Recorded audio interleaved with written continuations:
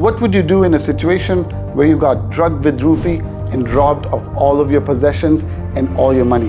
In a foreign country, when you don't even know the language, right before your birthday. I know, it seems like a situation right out of a thriller movie, but this happened to be my reality.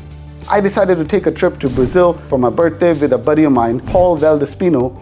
Little did we know that this trip would turn out to be my worst nightmare. We were having the time of our lives in Rio until one night, Paul met these 4 women at a local street party at Pedro de Sol. One thing led to another and they ended up riding back with us to our Airbnb. The next morning, everything was gone. We were robbed. If you wish to know the full story of us getting drugged and robbed and me ending up in a hospital, if those 4 women were ever caught, and if we ever got our stuff back, you can watch my video, I got drugged and robbed in Rio. But moving on, how did I survive in Brazil after going through the toughest experience of my life? While this was most definitely the hardest time in my life, I feel like it helped me grow as a person. I learned a lot from this experience, and honestly, things could have gone a lot worse. I didn't let this nightmare break me. Instead, I chose to make the best of the time I had left in Rio. With our equipment and morale suffering a tremendous loss, we had to get creative. Apart from the recovery effort like securing our bank accounts, changing passwords, filing police reports, we were basically left with 3 activities to do. And that would be a good way for us to forget about this embarrassing experience.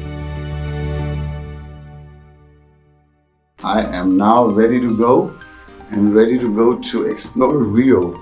Today we're gonna be going to a lot of the really amazing places in Rio. So number 1 is Tijuca National Park. We have arrived. Hello. Bom dia. Bom dia. That's the Vista Chinesa? Yeah, that's what it looks like. Wow. So the Vista Chinese. We're gonna go and walk and hike. It's gonna be a lot of fun. Let's go.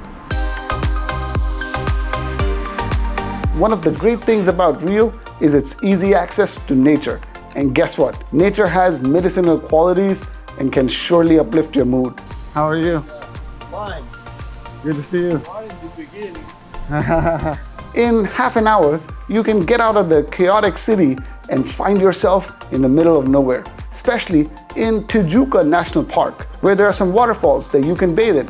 Some are well known, like the Chuveiro waterfall, and others not so much, such as Gruta waterfall, the one we're headed to. To get there, head up to Pachico Lao Street until just before the guardhouse at the entrance of Tijuca National Park. Then get there by bicycle or by foot, just like we are. But remember, there's a hill to climb of almost a mile, so be prepared. When you enter, you'll see a stream that looks like a ditch where water from the region's waterfall flows.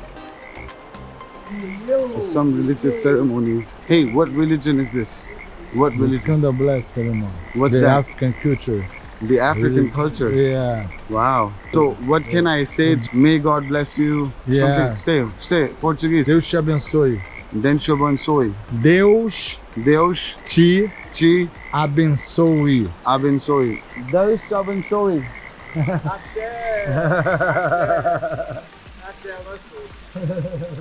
That was so nice. It felt so good.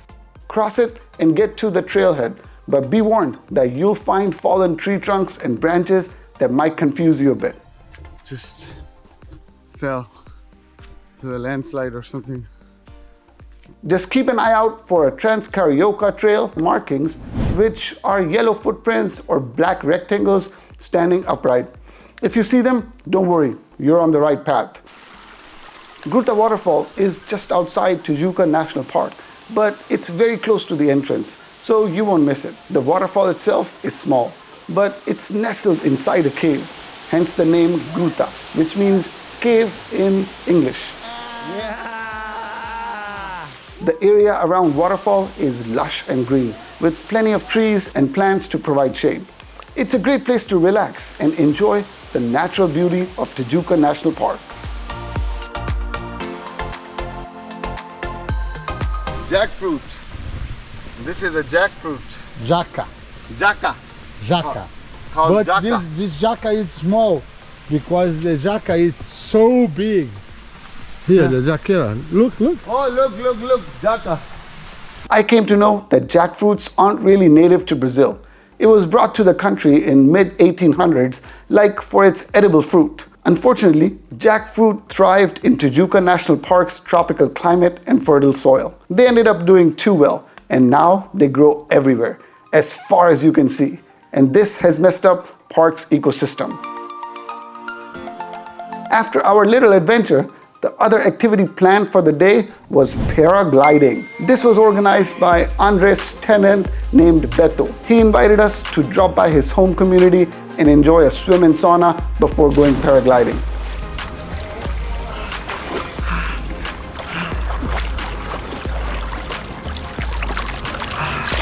Feels so amazing. Swimming pool in Brazil, really awesome. I love it. Now I'm gonna go ahead and change so that I'm ready for flying. No, not flying back home. I meant flying over Rio de Janeiro. We are getting ready to go. This place is exclusive for only pilots. No one else can go here on this road, just the pilots. Because it's gonna be crazy. I'm already like really a little bit nervous. Like I'm always nervous when you're doing something new, right? But it's gonna be fun. This is gonna be our two pilots. I am very scared, but I know nothing's gonna happen because I've got a good pilot and he's gonna take care of me. And thousands of people do it every day, so why is it gonna be me? I think it's gonna be all right. See you on the other side.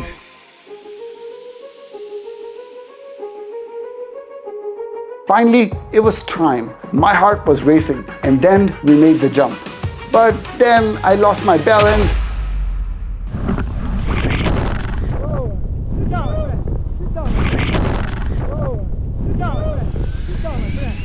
And right when I thought the worst had happened, we were gliding in the air. Yay! Woo-hoo! I am loving it! This is Rio! This is Rio! Yay!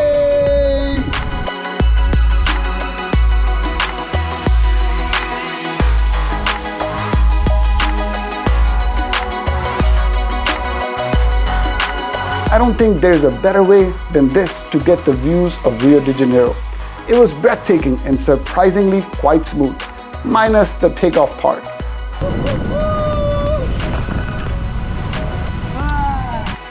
That was so much fun, guys. I loved it. This has been a great experience. I just enjoyed it so very, very much. After soaring through the air, we landed on the beach where I waited for Paul to arrive from Vista Chinese, and then we went back to Andres' place to drop him off. The next day, we headed to the most iconic place, not just in Rio, but all of Brazil. It's locked, and we leave the key in the mailbox. Okay, so here's the plan. We are going to do the most important thing here in Rio that brings millions of visitors every year. This is the latest addition to and the seventh wonder, the new wonder. And hey, bye-bye! See ya, bye-bye. So yes, we're ready to go to the Christ the Redeemer, and it's gonna be a lot of fun. There's a process to really get there. The first step is that you get there on time. Second step is that you take a train. And then once you've taken the train, rest is just up to the train to take you all the way up to that mountain. So we're gonna go to the bottom of the mountain. From there, we're gonna take the tram, the funicular. So, all right, let's go check it out.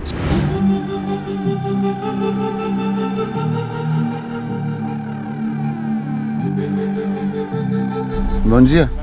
Vai estacionar para ir no Cristo. Satisfação, Jorge. Aqui é o ponto máximo que consegue chegar com o carro, tá?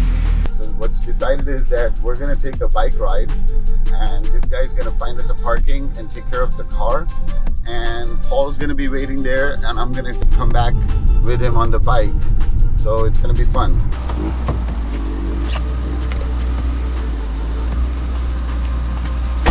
No helmet. My hip. Everything very, very good.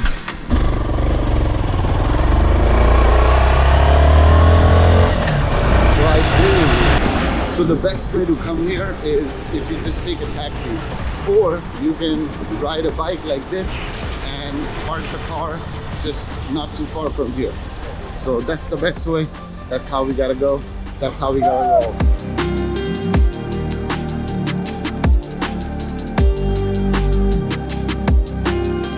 Ticket resale is a crime. Okay. Nice, looks like we're in the clouds. So this is the center of visitors for pioneers. There's a nice place to eat here. You can have some coffee, some food, who doesn't like coffee? Ooh, yummy, yummy, yummy. And check out the view. Beautiful view of the city of Rio. People are taking pictures and having fun, enjoying. This is the visitor center.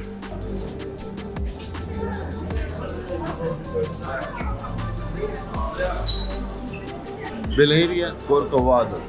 So this mountain that we're on is Corcovado. You can see some beautiful souvenirs that you can buy here as well. Corcovado. Very well run system. There's the men's restroom, and then obviously we gotta get the tickets here. See. By card? See, card. Obrigado. Or to the right. Okay. Yes. Bye. Guys, save your chicken.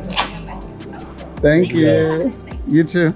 We've got the tickets to the Christ. And check out the beautiful parrot already greeting us. Woohoo. Hello, parrot. Thank you, thank you. We'll take a picture. Okay, great. Thank you. Thank you. Oh, wow. Let's go check out Christ the Redeemer.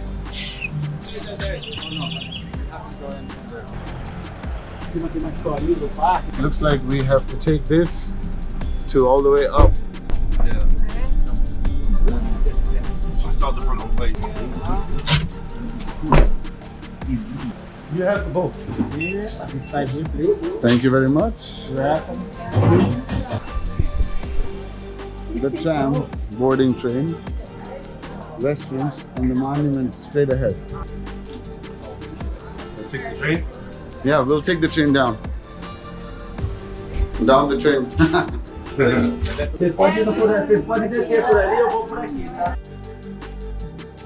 And now the final stairs to watch Christ the Redeemer. It's very cloudy, so you can't see much, but you have to trust me. This is beautiful. This is there. Woohoo! Christ the Redeemer. Sitting 700 meters above the city's beaches and favelas on Corcovado Mountain, the statue of the Christ the Redeemer. But why was it built? And what's the history behind it? After World War I, a bunch of people in Brazil, including the Catholic Church in Rio de Janeiro, were worried that people were losing interest in the religion after the government separated it from the state. They wanted to make a big statement in the name of Christianity.